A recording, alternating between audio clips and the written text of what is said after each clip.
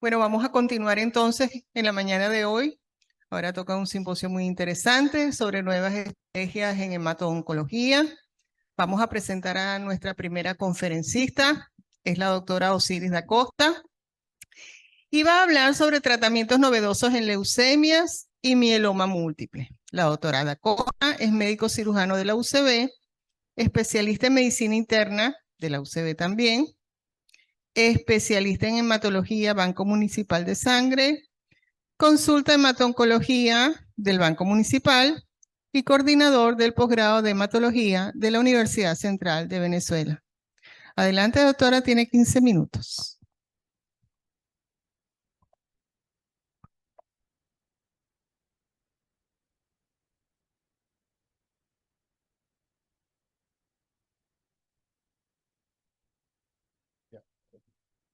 Buenos días, muchísimas gracias por la invitación, gracias al comité organizador de este congreso. Me invitaron para hablar de los tratamientos novedosos en leucemias y mieloma múltiple. Esto es un reto, el reto es todas las novedades en el tiempo. Bueno, vamos a iniciar con los hallazgos más importantes, que son los de leucemia mieloide crónica, un trastorno mieloproliferativo de la célula madre progenitora que se caracteriza, esta enfermedad, por tener esplenomegalia, leucocitosis con aumento de neutrófilos y formas intermedias y basofilia.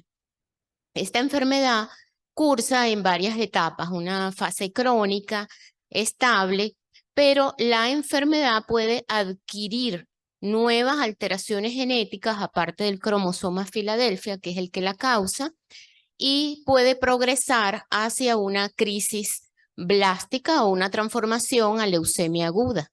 Una vez que esto ocurre, la enfermedad era hasta hace poco mortal.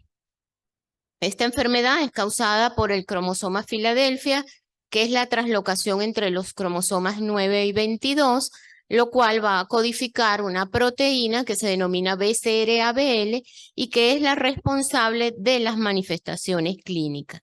Esta alteración es muy importante conocerla porque fue la primera alteración genética asociada con un cáncer humano, y de allí vienen el resto de los estudios en enfermedades oncológicas y tratar de relacionar estas enfermedades con diversas alteraciones genéticas.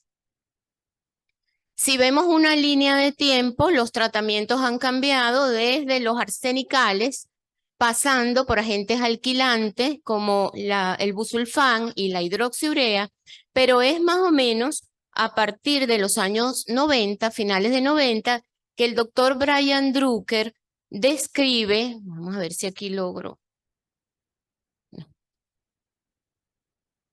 No lo veo. No sé si aquí puedo. Ok, que el doctor Brian Drucker describe una nueva droga que es una pequeña molécula que se une directamente a la proteína BCR-ABL y va a bloquear todo el señalamiento. Déjame mantenerlo. Manténlo apretadito. Ok, gracias. Esta es la proteína BCR-ABL, tiene un bolsillo que se llama el bolsillo del ATP, y ahí se van a unir estas nuevas moléculas. Todo esto viene de la mano del conocimiento molecular de las técnicas para la cuantificación del transcrito BCR-ABL, que ha hecho posible el seguimiento. La primera droga, llamada imatinib, cambió entonces todo el espectro de la enfermedad. La enfermedad se mantiene de forma crónica sin transformarse, pero ¿cuál es la novedad? La novedad es que se han hecho estudios en los cuales, luego de muchos años tomando los inhibidores de tirosina quinasa como el imatinib, la droga se ha retirado del paciente en aquellos que alcanzan respuestas moleculares profundas y la enfermedad no regresa. Esto genera un nuevo concepto que se llama respuesta libre de tratamiento y ha llevado a la cura operacional de la leucemia mieloide crónica, al menos en 1/3 de los pacientes, que son los que alcanzan una respuesta molecular. En esta diapositiva se muestran las diversas generaciones de estos medicamentos. Ellos tienen como problemas que se crea resistencia, aparecen mutaciones resistentes y por eso se han diseñado en el laboratorio drogas de segunda y tercera generación para contrarrestar estas resistencias. Un problema importante es la adherencia al tratamiento. Como este tratamiento se tiene que tomar a diario, muchos pacientes lo dejan de tomar y pierden respuesta. Otro problema que se presentan son las alteraciones cardiovasculares que se ven con las drogas de segunda y tercera generación y hay un aumento del riesgo de problemas arteriales y venosos trombóticos. La supervivencia ahora en la leucemia mieloide crónica va a ser muy similar a la de una población normal. La segunda enfermedad es la leucemia linfocítica crónica, un trastorno linfoproliferativo de células B que coexpresan un marcador que se llama CD5, un marcador de células T, y que es una enfermedad de curso variable en la cual la mitad de los pacientes ni siquiera requiere tratamiento. Pero en aquellos en los que se requiere tratamiento, la enfermedad puede ser mortal. Ha habido nuevos conocimientos en la biología de la enfermedad y ahora se conoce el mecanismo del receptor de célula B que interviene en la proliferación de la enfermedad y las vías de señalamiento activadas por ese receptor, en los cuales hay varias proteínas. Una de las más importantes es la BTK, tirosina quinasa bruto, y se han diseñado en el laboratorio drogas que actúan directamente sobre estas proteínas. Si vemos la línea de tiempo del tratamiento de la leucemia linfocítica crónica, primero fue el uso de la quimioterapia, posteriormente el uso del rituximab, una droga anti-CD20, y ahora, a partir del 2014, el uso de los inhibidores de la tirosina quinasa Bruton, de la cual ya hay 2 generaciones, y Brutini es el más conocido, pero ahora hay drogas de segunda generación que son menos cardiotóxicas. Estas drogas tienen un espectro de eventos adversos diferentes a la quimioterapia y pueden producir fibrilación auricular, pueden producir sangrado. Ahora, todos los pacientes, tanto jóvenes como adultos mayores, los que tengan alteraciones genéticas como el P53, que le confiere mal pronóstico a la enfermedad, pueden ser tratados con este tipo de drogas, que son los inhibidores de la tirosina quinasa Bruton, o de otras drogas inhibidoras del BCL, como el venetoclax, con excelentes respuestas y mejorías de la supervivencia global, aunque todavía se consideran enfermedades no clonales. En relación a las leucemias agudas, esto es un grupo heterogéneo de enfermedades de los progenitores hematopoyéticos. Son raras, las más frecuentes en el adulto son las mieloides y su incidencia aumenta con la edad. Se requieren los hallazgos morfológicos, inmunofenotípicos y las alteraciones genéticas para el diagnóstico, pero lo nuevo es que ahora se hacen también estudios mutacionales por secuenciación de nueva generación. Y si ustedes logran ver esta odiosa tabla que tiene muchísimas mutaciones, ahora también en el laboratorio se han desarrollado algunas drogas dirigidas contra las mutaciones que no son quimioterápicos. En leucemia linfoblástica aguda, el esquema conocido por todos, el esquema clásico de quimioterapia 7+3, ahora va a ser sustituido por estas nuevas drogas y el tratamiento puede ser más individualizado para los pacientes. Una de ellas es la midostaurina, que es una droga que actúa contra la mutación FLT3, que se presenta en el 30% de las leucemias agudas. Es de muy mal pronóstico, pero con el uso de la midostaurina, el pronóstico de la enfermedad es mejor. Un caso particular es la leucemia promielocítica aguda, un subtipo de leucemia mieloide que cursa con coagulopatía, con trastornos hemorrágicos más frecuentes en pacientes jóvenes y ya desde los años 90 se introdujo el ácido ultrarretinoico que se daba en combinación con quimioterapia y mejoraba el pronóstico de la enfermedad. Sin embargo, ahora tenemos el trióxido de arsénico que en combinación con el ácido ultrarretinoico hace que sea posible respuestas y curabilidad hasta en el 97% de los casos de pacientes de bajo riesgo, que son los de menos de 10.000 glóbulos blancos, sin uso de quimioterapia. En los pacientes de alto riesgo aún se usan estas drogas, pero en combinación con quimioterapia. La leucemia linfoblástica aguda, una enfermedad más frecuente en niños y de mejor pronóstico en esta población pediátrica. En los adultos es de mal pronóstico y a mayor edad es peor porque hay mayor frecuencia de cromosoma Filadelfia asociada en esta enfermedad. Ahora se usa quimioterapia a bajas dosis en conjunto con inhibidores de tirosina quinasa como el imatinib, el dasatinib o el ponatinib, y los resultados han sido extraordinarios.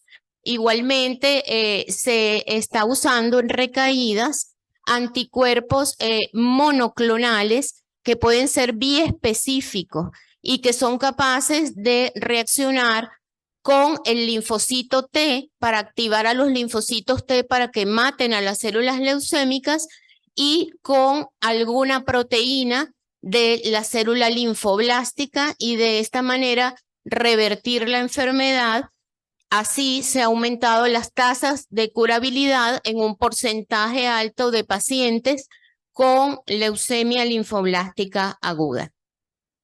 El mieloma múltiple, una enfermedad devastadora que se diagnostica por la presencia de más de 10% de células plasmáticas clonales y sintomatología llamada CRAP, porque hay alteraciones en el calcio, en la función renal, anemia o enfermedad ósea importante. En los conocimientos actuales se sabe que esta enfermedad viene de una gammapatía monoclonal de significado incierto en todos los casos, la cual se va a transformar por ciertas alteraciones genéticas hacia un mieloma múltiple. Se han mejorado mucho las pruebas diagnósticas, pero un punto importante es el estudio de la enfermedad ósea, en la cual antes se hacía solo el survey óseo, las radiografías, pero estos solo detectan enfermedad cuando se pierde más de 30% de hueso trabecular. Ahora se introdujo la resonancia por difusión de cuerpo entero y el CT-PET, con lo cual podemos detectar mucho más tempranamente la enfermedad ósea y hacer seguimiento durante el tratamiento. En todas estas enfermedades ahora es importante hacer los estudios de enfermedad residual mínima, la mayoría de los cuales se hace por citometría de flujo o por pruebas moleculares y secuenciación de nueva generación, y los tratamientos se van dirigiendo de acuerdo al resultado de los estudios de enfermedad residual. Esta enfermedad ya no tiene una línea de tratamiento porque son tantas las drogas nuevas y las combinaciones y los esquemas que se conocen aproximadamente 30 combinaciones de tratamiento previo, con lo cual se ha logrado mejorar la supervivencia desde 1 a 2 años hasta 10 años. Todavía no se considera una enfermedad curable, pero en la línea de, o digamos en esta curva de tratamiento del mieloma múltiple, se han descrito 3 periodos o 3 revoluciones. Luego del uso del melfalán desde los años 60 y quimioterapia multidroga y trasplante autólogo, ya hacia los años 90 hasta el 2005 se empieza a usar la talidomida, y que es un antiangiogénico, y los inhibidores de proteasoma. Esta es la primera revolución en el tratamiento del mieloma múltiple. Posteriormente viene una segunda revolución en la cual las drogas se dan en combinación con anticuerpos monoclonales y por primera vez se introduce la inmunoterapia en el tratamiento de mieloma y se usan los anticuerpos monoclonales anti-CD38, una proteína que se expresa en la superficie de la célula de mieloma múltiple. Y actualmente Continuamos con la inmunoterapia, pero en esta tercera revolución casi parece de ciencia ficción porque se introducen los CAR T-cell, en los cuales los linfocitos T del paciente se extraen, se redireccionan ex vivo, se hacen multiplicar y se introducen de nuevo al paciente para que elimine a las células plasmáticas, y se introducen también otros anticuerpos como los anticuerpos conjugados con drogas y los anticuerpos biespecíficos para pacientes en recaída. Aquí algunos blancos terapéuticos en las células de mieloma múltiple. Son muchos, los más usados, el CD38, el BCMA. Aquí los mecanismos de acción de los anticuerpos biespecíficos, los cuales afectan por un lado a la célula T y por otro a la célula tumoral para aumentar la efectividad. Y ahora los pacientes jóvenes reciben un tratamiento que consiste en inducción, consolidación y mantenimiento. Son múltiples las drogas actualmente aprobadas por la FDA para esta enfermedad. Muchísimas gracias. En punto. Excelente, On gracias, time. doctora. Gracias. Muy bien, vamos a seguir con nuestro próximo conferencista. Es la doctora Mildred Borrego León y su conferencia se titula Terapia de células T con receptores de antígenos quiméricos.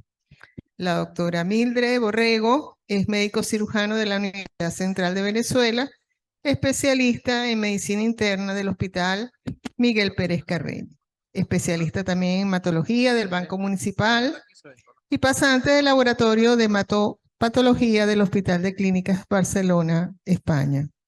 Es adjunto de la consulta de hematoncología del Banco Municipal de Sangre y también adjunto de la unidad de trasplante de médula ósea. Buenos días, doctora. Adelante, entonces. Bueno, buen día. Muchas gracias por la invitación, particularmente a la doctora Aiza por permitirnos estar la mañana de hoy. Y bueno, yo voy a hacer una exposición que va dirigido particularmente a un público no hematológico, ¿no? Porque aprovechando pues la introducción que nos hizo la doctora Osiris, en su última frase ella comentaba de las CAR T-cell. Ahora, ¿cuál es el principio de la CAR T-cell? ¿De dónde sale esta aproximación terapéutica? Es ampliamente conocido en la oncología los antecedentes de la respuesta que puede inducir el propio sistema inmunológico del individuo para atacar el tumor. Esto se evidenció a través de diferentes observaciones donde los procesos infecciosos o inyectar bacterias en tumores permitían la remisión de ciertos tumores, porque a su vez las piezas de anatomía patológica encontraban infiltración linfocitaria y esta a su vez se asociaba a mejor pronóstico y dio pie a unas terapias donde se hacía aislamiento de estos linfocitos de las piezas anatómicas y su posterior infiltración nuevamente para estimular esa respuesta inmunológica. ¿Y por qué ocurre esto? ¿Cuál es el rol del linfocito T a nivel tumoral? Podemos ver aquí, ¿sí se ve? Ya, aquí, perdón. Podemos ver aquí cómo en el inicio de un tumor existe una primera fase que se llama inmunoedición, donde en un primer momento los linfocitos del paciente son capaces de reconocer antígenos tumorales y estos antígenos tumorales establecer una respuesta linfocítica efectora que ataquen el tumor y que acompañan la secreción de una serie de citocinas de un perfil linfocítico TH1 para atacar el tumor. Sin embargo, en una segunda etapa, la presión selectiva del linfocito T citotóxico o efector permite que el tumor aprenda y establezca un mecanismo de evasión inmunológica, reduciendo la exposición de los antígenos tumorales más antigénicos y acercando, permitiendo, estimulando la incorporación de linfocitos T reguladores que son más permisivos y que establecen cierta inmunotolerancia con el tumor. Entonces, ¿qué es un CAR T-cell? Un CAR-T-cell es un linfocito T que expresa en su membrana un receptor antigénico quimérico. ¿Qué quiere decir esto? Bueno, que como bien dijo la doctora Osiris, ex vivo preparamos un linfocito del paciente para que aprenda a reconocer de una manera muy específica y como veremos más adelante, un antígeno diana de la célula tumoral. Esto va a permitir que estos linfocitos citotóxicos establezcan una respuesta antigénica altamente eficiente y es muy dependiente de quién es el antígeno tumoral. Y aquí en esta gráfica podemos ver lo que es la linfopoiesis de linfocitos B, donde vemos la presencia de este antígeno CD19 que acompaña prácticamente toda la ontogenia del linfocito B, pero muy importante, no se expresa en la célula madre hematopoyética ni en otros tejidos. ¿Por qué es importante? Porque como todo en la oncología existe un daño colateral. Para que esta terapia sea efectiva, tiene que ser una expresión antigénica importante en el tumor, pero que no dañe los tejidos colaterales o que no induzca un daño en el resto del tejido. El éxito de este tratamiento en las terapias hemato-oncológicas, pues claramente es atacar selectivamente estos antígenos diana y porque en la sangre las células tumorales circulan. No hay una limitación que confiere el microambiente tumoral. Entonces, volviendo al CAR-T-cell, el CAR-T-cell es esta estructura que podemos ver aquí. Es un antígeno, es un anticuerpo quimérico porque es derivado de un dominio externo que es la fracción de reconocimiento tumoral, que se caracteriza por ser la porción de un anticuerpo monoclonal murino que reconoce el antígeno y que está conformada por las cadenas livianas de un anticuerpo monoclonal. Tiene este dominio transmembrana que le permite mucha flexibilidad y se inserta en el linfocito T estimulando a este receptor que es el que modula, activa, estimula la respuesta del linfocito T, que es el CD3, y más recientemente, en su primera generación, se conformaron solamente como esta estructura. En esta estructura se observó que no eran capaces de amplificarse, atacaban activamente el tumor en una fase aguda y después se perdían. En una segunda generación hemos visto que el anticuerpo se le sumó un dominio coestimulador que ha hecho la diferencia porque le permite amplificar y persistir en el tiempo al tumor. Existen en desarrollo otras terceras y cuartas generaciones que no solamente van a combinar dominios coestimuladores para permitir expandir, amplificar y persistir en más tiempo la acción de este anticuerpo monoclonal para atacar células tumorales, sino que a su vez van a combinar a nivel genético la combinación de ciertos coestimuladores que se expresen en membrana, que sean capaces de modular la liberación de ciertas citoquinas para inhibir o activar, según sea el caso, la actividad de este pool de células. Ahora, ¿cómo funciona el CAR-T-cell? Bueno, aquí en esta parte de la diapositiva, si lo pueden ver, pues van a ver que el linfocito T normalmente ataca una célula tumoral de una manera que es dependiente de la presentación de los antígenos del complejo mayor de histocompatibilidad. ¿Qué quiere decir esto?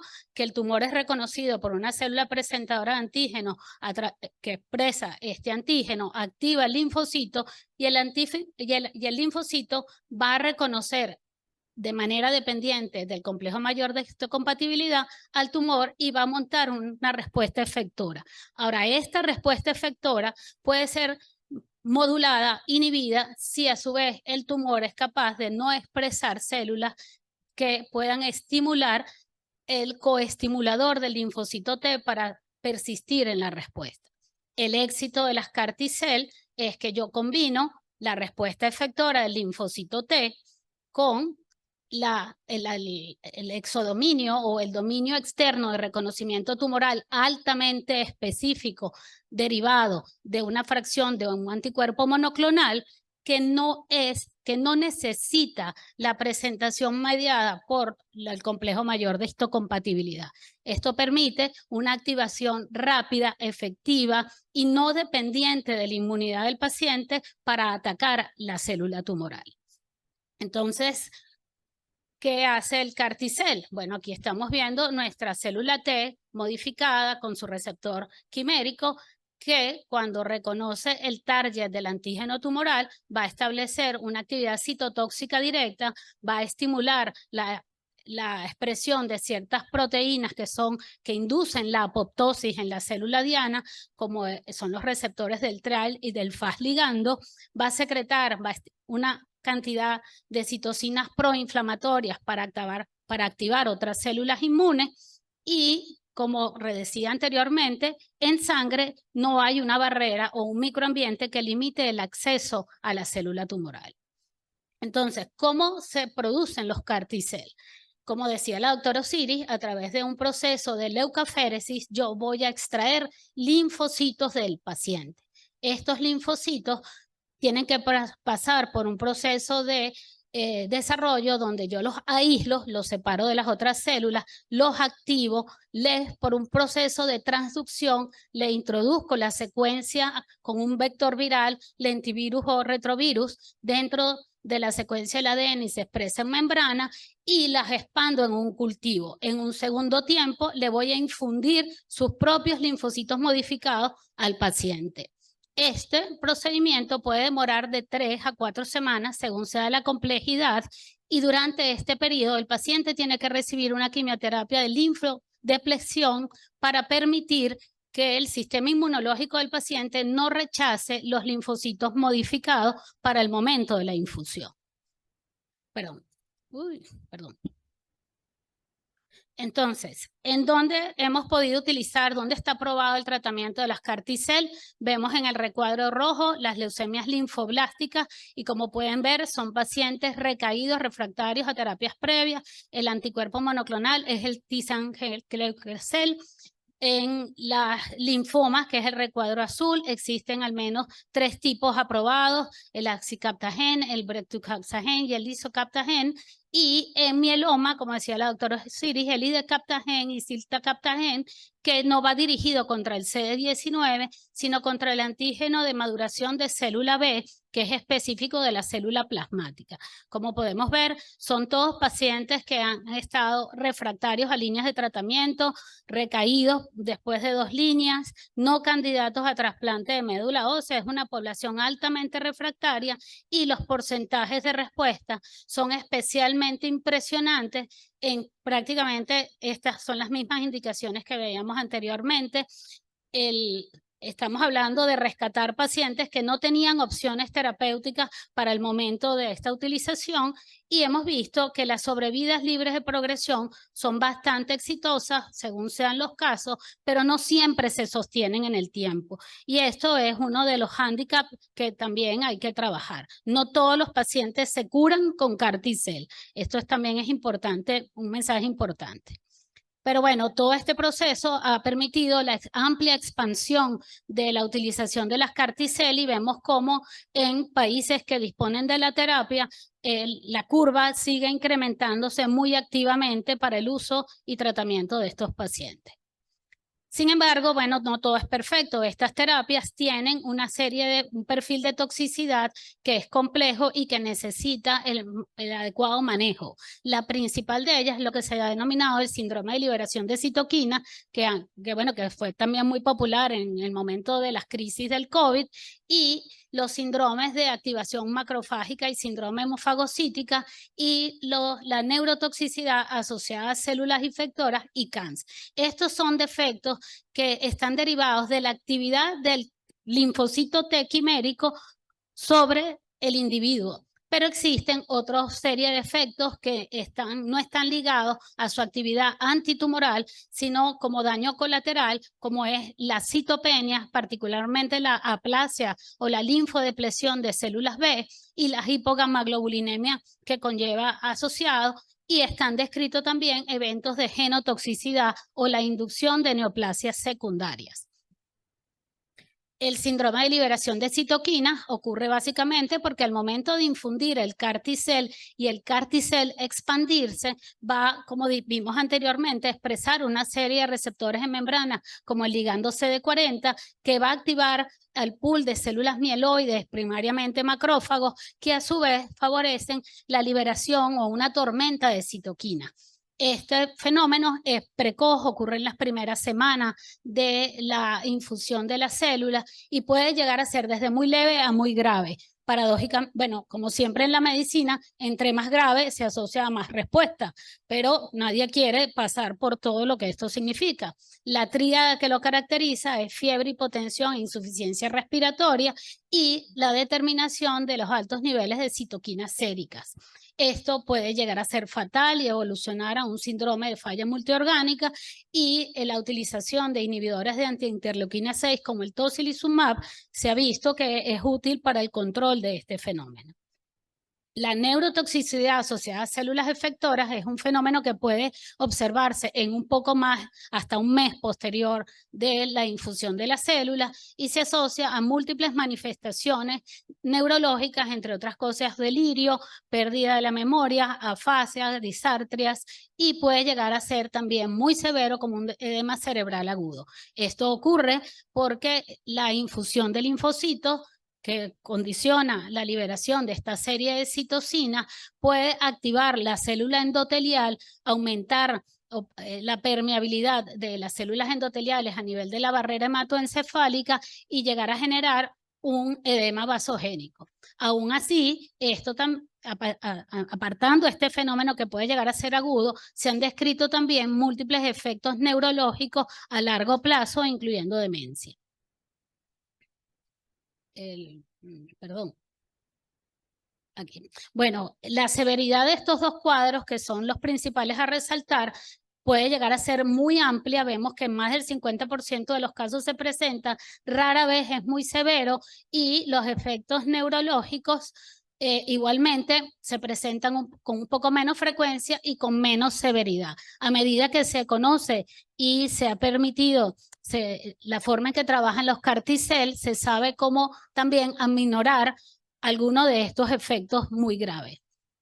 Hay que también decir que las células CAR-T-cell no son infalibles, existen muchas razones por las que no pueden funcionar, entre ellas durante el proceso de recolección de la célula puede que un paciente no tenga suficientes linfocitos, no recoja suficiente, puede que la cualidad y calidad del linfocito del paciente no sea la óptima para establecer la respuesta tumoral efectiva. Las CAR-T-cell se pueden agotar en vivo, pueden no expandirse o pueden convertirse en un fenómeno de exhaustas y agotarse. Y el tumor siempre puede desarrollar mecanismos compensatorios, como es principalmente la pérdida del antígeno de interés o la atenúa la exposición del antígeno diana. Las conclusiones, la CAR-T-cell es un gran avance de la inmunoterapia contra el cáncer. Los datos clínicos permitieron su aprobación y hoy en día están incorporadas como práctica clínica en las guías clínicas hematológicas, pero su administración y su elaboración es compleja y amerita centros especializados. El perfil de toxicidad es complejo, aún está en evaluación y tiene efectos a largo plazo por definirse. Muchas gracias.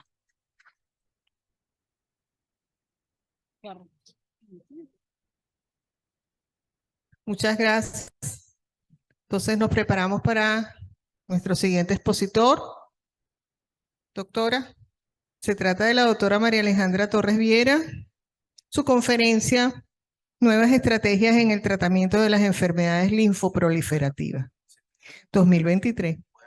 Médico cirujano de la Universidad Central de Venezuela, especialista en hematología del Banco Municipal de Sangre, especialización en linfoproliferativos del Instituto de Oncología y Hematología de la Universidad Central, máster en nutrición clínica y oncológica, Universidad Católica de Valencia, España, vicepresidente del Grupo de Estudio Latinoamericano de Enfermedades Linfoproliferativas, miembro de la Sociedad Venezolana de Hematología, Asociación Europea de Hematología y del Grupo de Trabajo de Mieloma.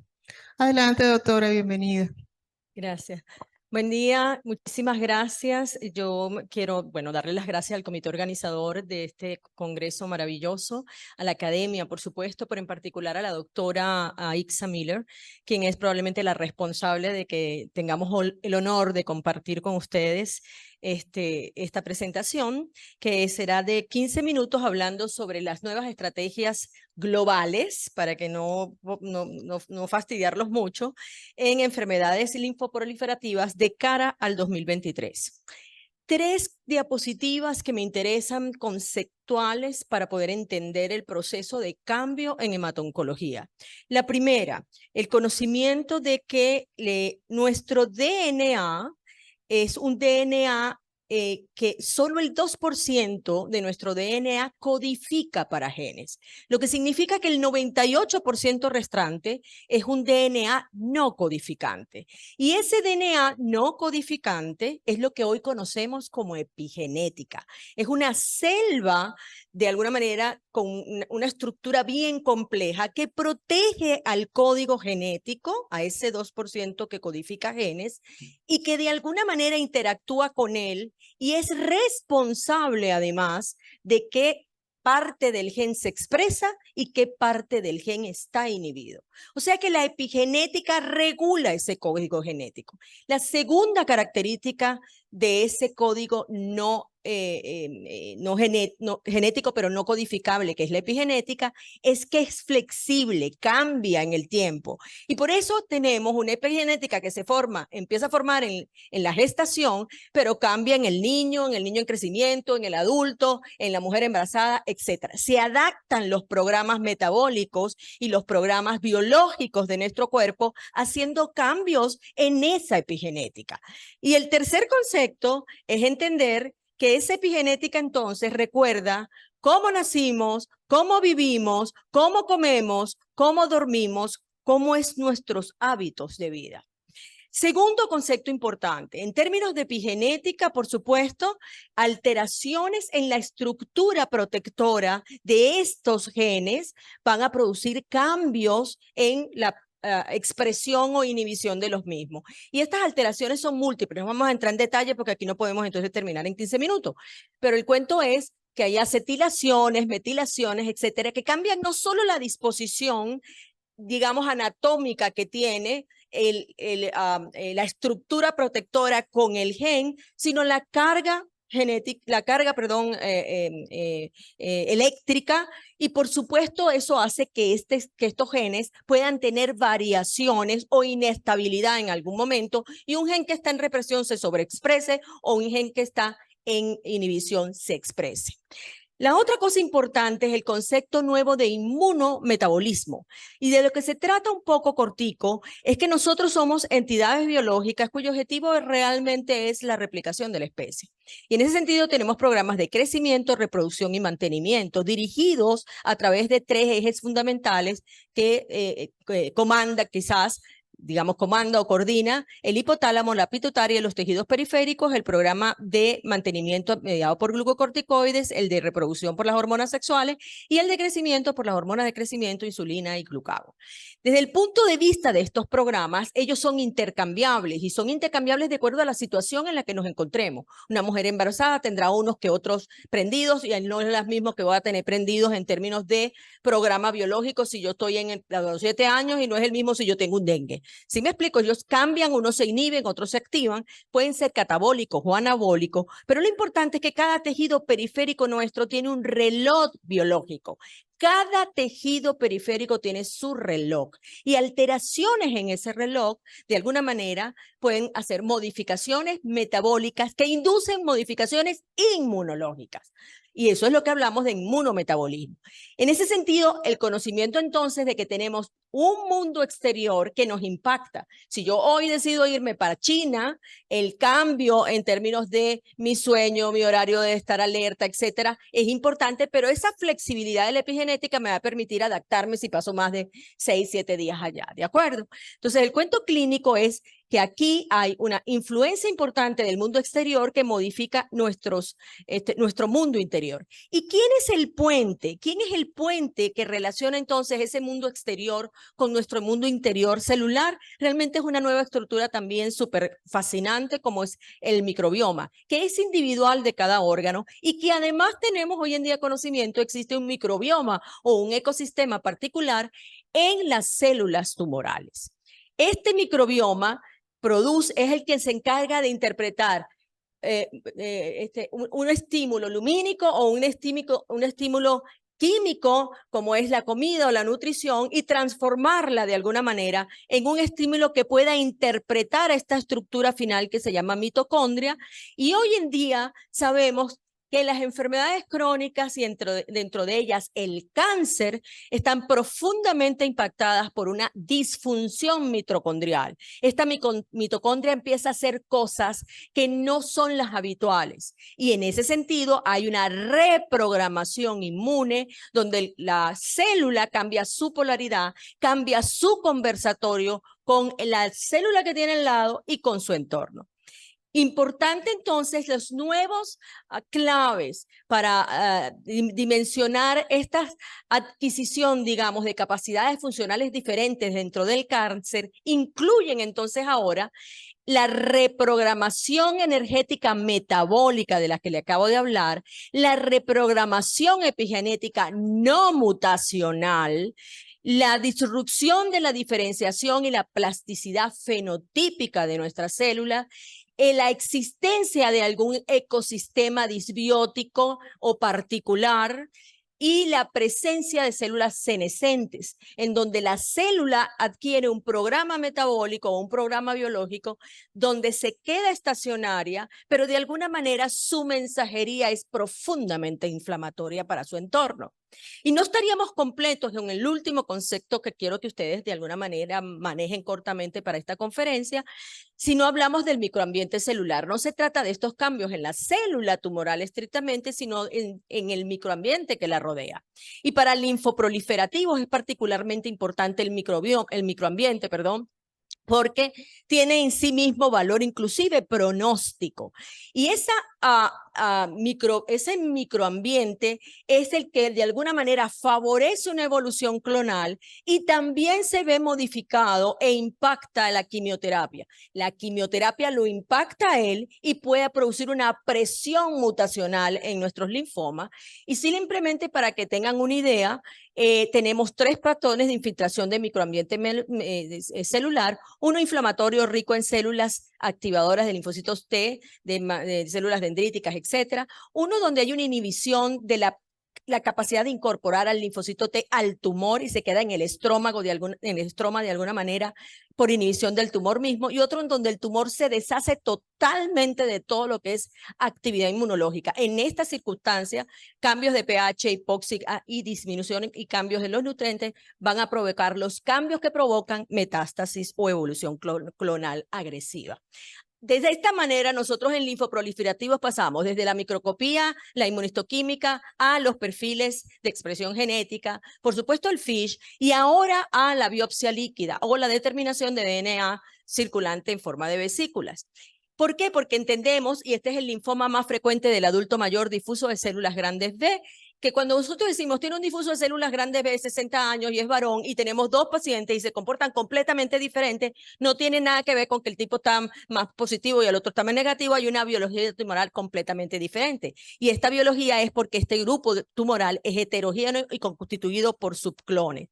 Esos subclones hemos podido diseñar ahora cómo se comunican, cuáles son las vías intracelulares de comunicación. Y con eso hemos creado toda una tabla de clasificación molecular del cáncer en el marco del linfoma difuso de células grandes que nos permita establecer no solamente curvas pronósticas de cómo se comporta uno en términos de agresividad, sino cómo se comporta frente a una quimioterapia y elaborar elementos target o tratamientos diana para poder curarlo.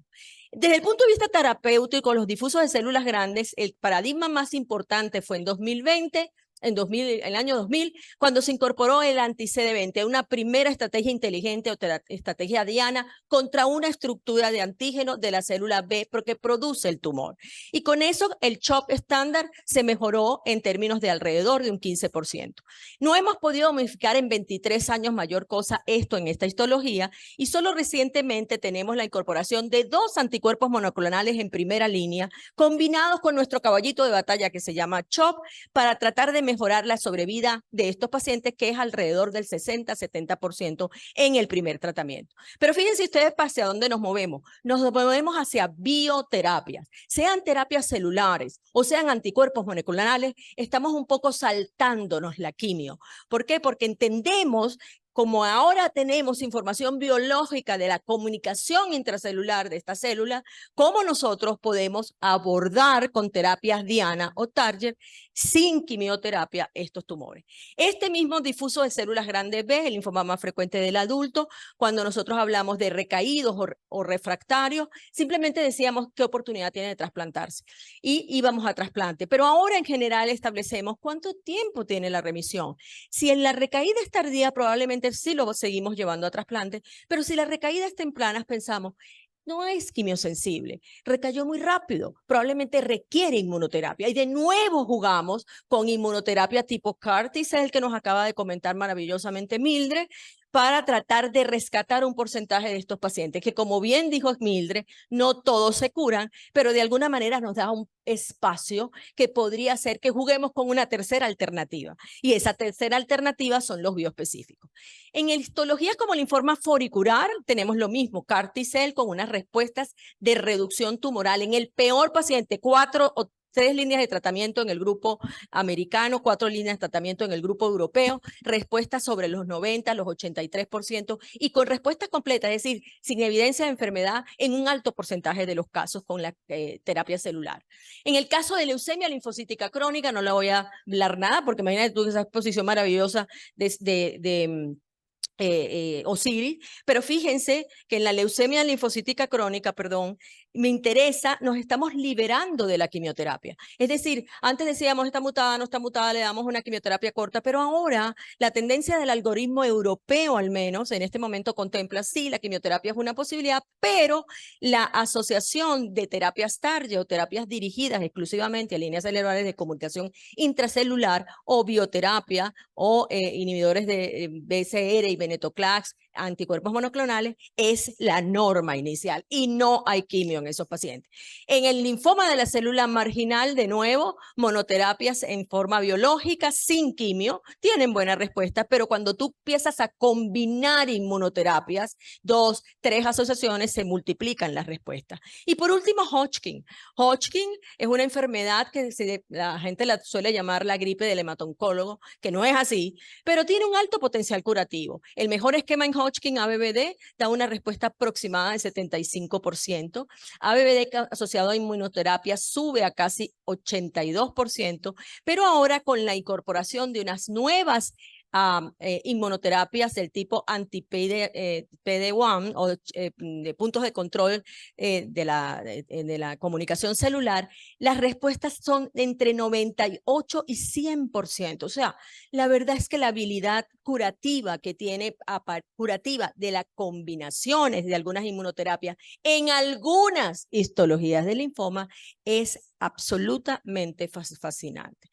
Tenemos que decir que no solamente nos valemos de los cambios en tratamiento, estamos haciendo cambios en la evaluación de imágenes. Esto se llama Radiomics, es un PET especializado, donde nosotros tenemos de alguna manera una evaluación genética por imágenes. Vemos la textura, la heterogeneidad de la imagen, la distribución de la intensidad de los píxeles, y eso habla de la dinámica de reproducción del tumor. Y con eso podemos tener una mejor approach o un mejor enfrentamiento en primera instancia cuando lo vemos y decimos, desde el punto de vista pronóstico, este algoritmo nos dice vamos a ir mal o vamos a ir intermedio o cómo vamos a ir. Pero además tenemos DNA circulante, el tumor es capaz de expresar vesículas que expulsa y circulan en nuestro plasma y ahora podemos con técnicas especializadas detectarlo.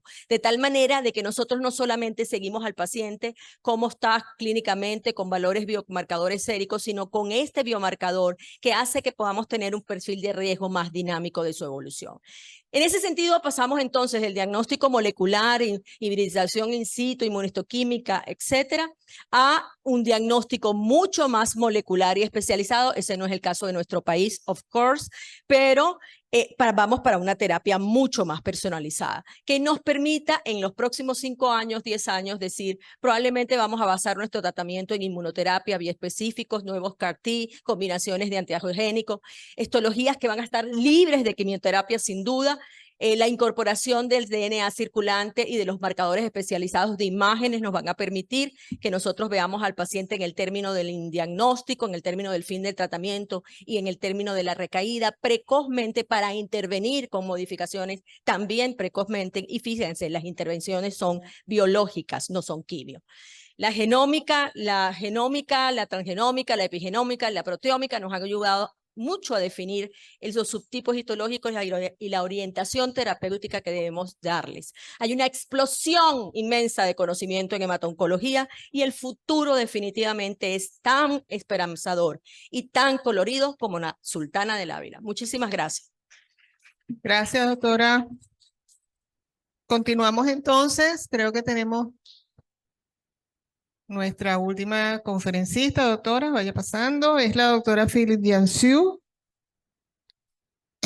Conferencia, movilización de stem cells, nuevos tratamientos para movilización en trasplantes autólogos en niños.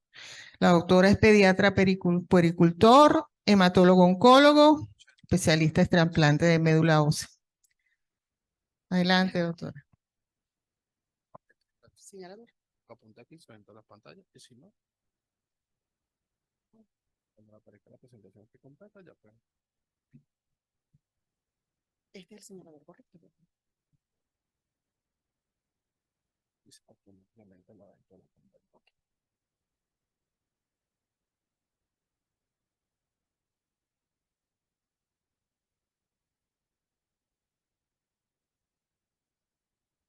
Bueno, aprovecho mientras se carga, darle las gracias a la academia por su invitación, al doctor Uniades.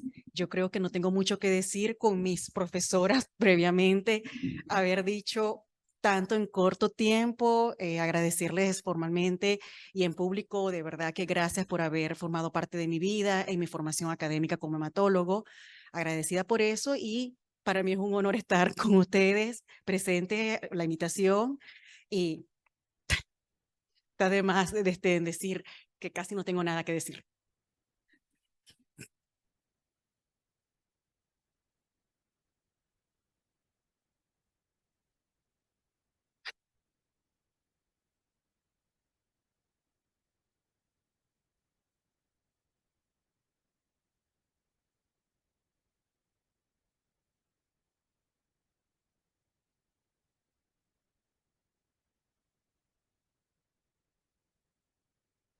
Que el internet también, pues, lo estamos cargando desde Un momentito, por favor. Mientras solucionamos este problema técnico que tenemos. No hay problema. Se arregla. Steam Cells. No, tranquilo. Don't worry. Porque es que, ¿qué pasa?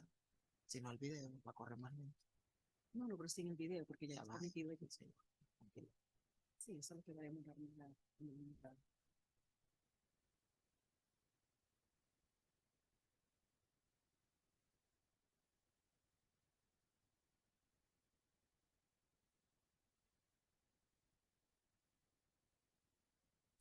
Sí, sí. Un segundo. Porque necesito compartirte para que te vean los que están. Sí, señora.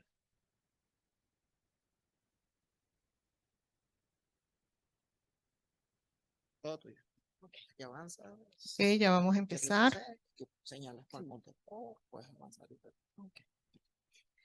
Bueno, con respecto a este tema, la movilización de los stem cells no solamente sirve para el trasplante en niños, sino para adultos también. El conteo del tiempo. Este protocolo se aplica tanto para niños como para adultos. La única diferencia con los niños es que nosotros vamos a dar dosis específicas según kilogramo de peso, como el paciente pediátrico como tal.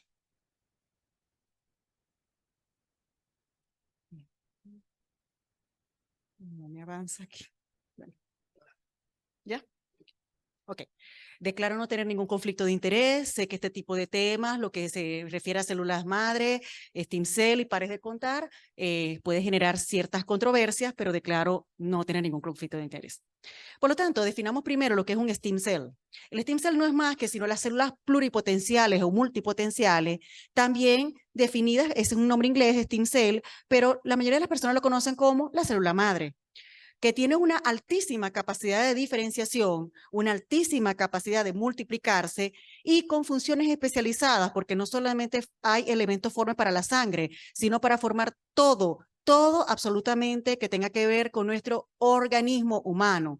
Por lo tanto, este stem cell tiene más de 200 tipos, o mejor dicho, la médula ósea tiene la formación de más de 200 tipos de células, las cuales posteriormente van a formar al ser humano. De allí a ofrecer el trasplante de médula ósea a través de este tipo de células.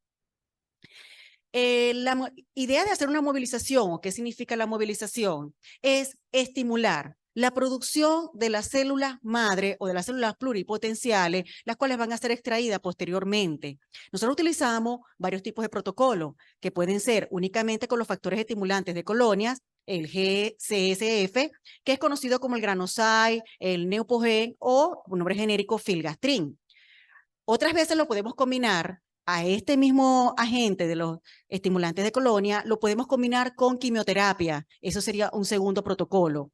Y lo más innovador que tenemos hoy en día, aunque está hace varios años en el mercado, en Venezuela está exactamente hace como unos 8 años aproximadamente, es utilizar. El nombre es larguísimo, voy a utilizar el nombre de Plerixafor, que es un nombre genérico. Sin embargo, él es un inhibidor reversible de la unión del factor derivado del estroma 1 con su receptor, específicamente el CXCR4, que es lo que nos interesa saber.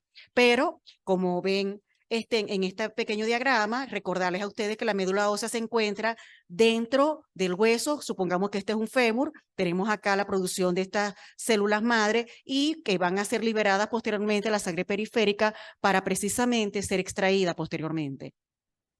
Por lo tanto, ¿qué queremos lograr con una movilización? Pues precisamente que se haga una liberación desde la médula ósea, que va a ser como nuestra incubadora, la que una vez colocado el tratamiento, la misma médula ósea sea la que incube esta célula, y una vez que haya esa hiperproducción, porque normalmente se produce, pero ¿qué vamos a hacer con la movilización?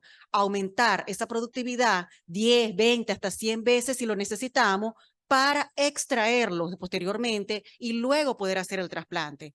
Por lo tanto, nuestra idea es que después de estimulado el paciente o movilizado, liberemos esas células de las médulas óseas a la sangre periférica, extraerla a través de un aparato de aféresis plaquetaria, que sirve para plaquetas, sirve para glóbulos blancos o sirve específicamente para los stem cell o la célula madre.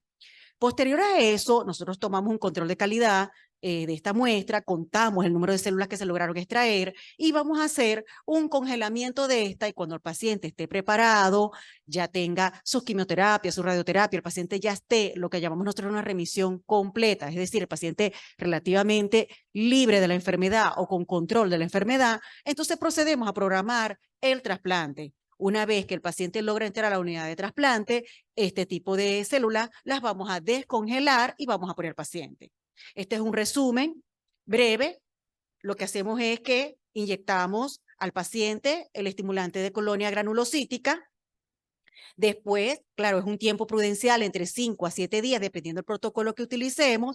Lo que se va a producir es la movilización. Aquí tenemos un vaso capilar o la sangre periférica. Aquí tenemos la médula ósea. Una vez que hagamos esa hiperproducción de las células madre o las células pluripotenciales, estas van a ir hacia el torrente sanguíneo o la sangre periférica, y a través de este aparato de extracción denominado aparato de aféresis, nosotros le colocamos generalmente un catéter parecido al catéter de la diálisis, porque es un catéter rígido que permite la extracción de la sangre. No le vamos a retirar toda la sangre al paciente, sino que este aparato en particular tiene su especialidad de solamente extraer los stem cell o la célula madre y le devolvemos todo lo demás al paciente. El paciente está cómodamente, digamos que se abre como especie de un cartucho o un cassette gigantesco, se incorpora y se instala en este aparato, se conecta al paciente y se procede a hacer la extracción como tal,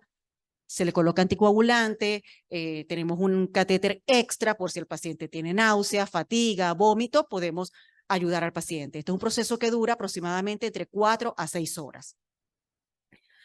Después que obtenemos las células extraídas, hacemos un control de calidad, hacemos un mielocultivo para garantizar que este producto que tenemos no está contaminado. Asimismo, también esa misma muestra podemos utilizarla para hacer el conteo reglamentario de las células madres logradas o extraídas.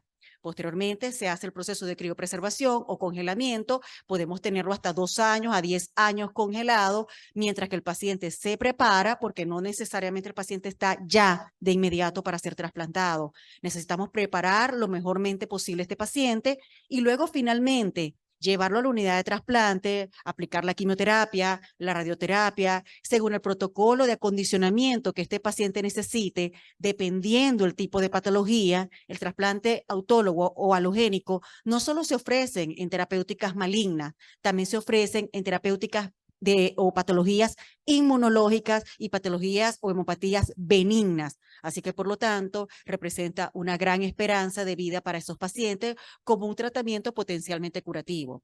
Por lo tanto, una vez que el paciente se coloque su quimio, su radio, que es el régimen de acondicionamiento, como para preparar, acondicionar ese organismo y poder recibir a futuro estas próximas células, se coloca entonces el paquete que previamente descongelamos, colocamos al paciente. Aquí nadie va a abrir hueso, aquí nadie va a operar al paciente, aquí simplemente se va a colocar por un catéter venoso central como si fuera una transfusión. Una vez liberado esas células, ¿ok?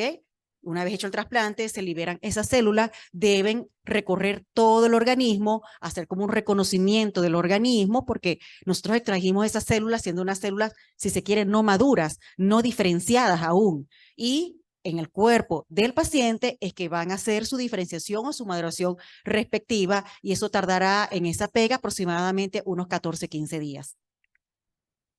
Les muestro un corto video, no quiero venderle propagandas a nadie, pero sí les muestro un video de qué es la movilización, sobre todo con el Plerixafor. Se suele utilizar el Plerixafor o Moxovil, que es un nombre comercial, para aquellos pacientes que son malos movilizadores o que con el primer régimen de movilización no funcionó, se aplicó un segundo, no movilizó o no hubo producción de la célula, entonces utilizamos el Plerixafor, la cual garantiza una producción o movilización de estos stem cells casi a un 90 a 100%. La meta de todo esto es movilizar, retirar esas células del paciente, guardarlas, criopreservarlas para luego posteriormente realizar el trasplante. Aquí colocamos el Mosovil, al igual que el Granosai o los factores estimulantes de colonia por vía subcutánea. No necesita estar hospitalizado el paciente. Una vez colocado, entre más o menos 11 horas, nosotros podemos ver la hiperproductividad de estas células dentro del organismo. El organismo del paciente va a ser como la incubadora. Esa médula ósea del paciente va a ser como la incubadora de esta producción de células.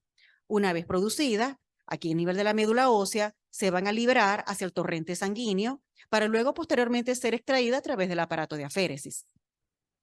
Lo bueno de este medicamento, insisto, no quiero vender la propaganda, pero ha sido una novedosa y maravillosa oportunidad para aquellos pacientes que se han tenido que someter a previos regímenes, sobre todo aquellos que han recibido radioterapia, han recibido mucha quimioterapia, donde la médula ósea queda como bastante golpeada, difícil de producir células normales en el paciente, queda como aplaseado, como borrado, tan golpeado que muchas veces los regímenes convencionales no funcionan, y este medicamento, el Plerixafor, garantiza por lo menos que en estos pacientes podamos hacer una buena colecta de células madre.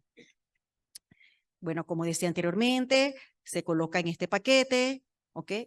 Una vez que el paciente esté preparado, lo vamos a someter. Necesitamos para hacer un trasplante entre 2.5 a 3 millones de células por 10 a la 6 para poder garantizar un buen trasplante en el paciente.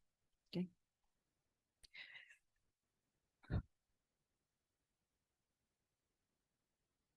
Nosotros le denominamos para hacer el trasplante las células CD34, las cuales son progenitores hematopoyéticos. En este caso son los que nos interesa obtener para hacer el trasplante en sí. Fíjense todo el movimiento de las células madres que se genera gracias al Plerixafor.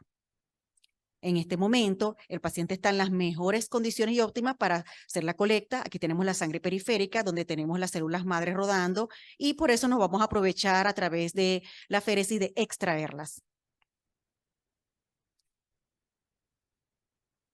Una vez extraída, pues bueno, el paciente entra a la unidad de trasplante, vamos a descongelar este producto y vamos a pasarlo como si fuera una transfusión sanguínea a través de un catéter venoso central, dándole su espacio, unos 14-15 días. Hay veces el paciente requiere de 21 días para que se haga la colocación, que estas células madre o estas células pluripotenciales o stem cell, de ahora en adelante vamos a llamarla así, se coloquen en el microambiente más adecuado para que ellas puedan terminar de hacer su desarrollo o diferenciación. Ese es el éxito que nos va a garantizar un trasplante.